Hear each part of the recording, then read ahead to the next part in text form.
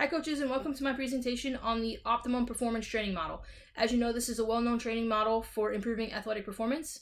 There are several key components to this well-rounded integrated training program. The components include flexibility training, cardiorespiratory training, balance training, core training, plyometric training, speed, agility, quickness, and integrated resistance training. There are 3 levels within those training components: stabilization, strength, and power, and corresponding phases within those levels. A major advantage to this type of training model is that it provides guidelines for progressing athletes through the different phases and different levels.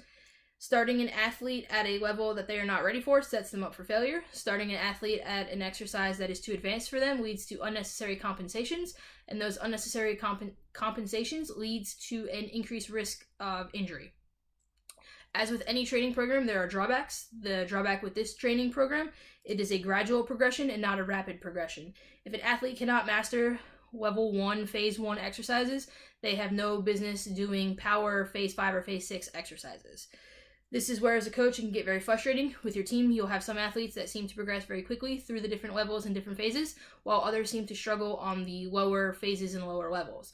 While it's very tempting to progress athletes who have been stuck in these lower levels for a while, keep in mind that the ultimate goal of any training program should be the safety of your athletes. Athletic performance should always be a close second. So what does research say?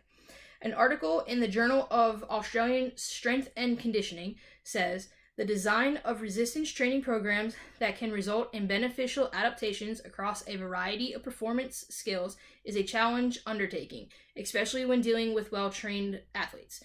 So this is where the OPT model takes the pressure off of you. This training model is well designed with a variety of exercises, levels, and phases that can easily challenge any athlete, from middle school athletes through collegiate through professional. Every athlete has the ability to improve their athletic performance with this model. Another article, this one is from the Language of Strength and Training program, highlights my key point of taking the guesswork out of your hands. The author of this article states, "Trainers need a consistent prescription format to help their clients obtain consistent results." So keeping that in mind, let me pose this question. Are all of your athletes the same? Well, you're sitting there thinking no, which is right. So why would you want a training program that is the exact same for every athlete? While the consistent results is something that we all strive for, having that firm, rigid approach to their training is not the ideal way to go about it. In order to get the most out of each player, the program should be as individualized as possible. The different phases and levels of the training model allow for this much needed individualism. This then brings up the question I'm sure you're thinking right now is, how do I tailor each athlete's training program while keeping that team workout approach?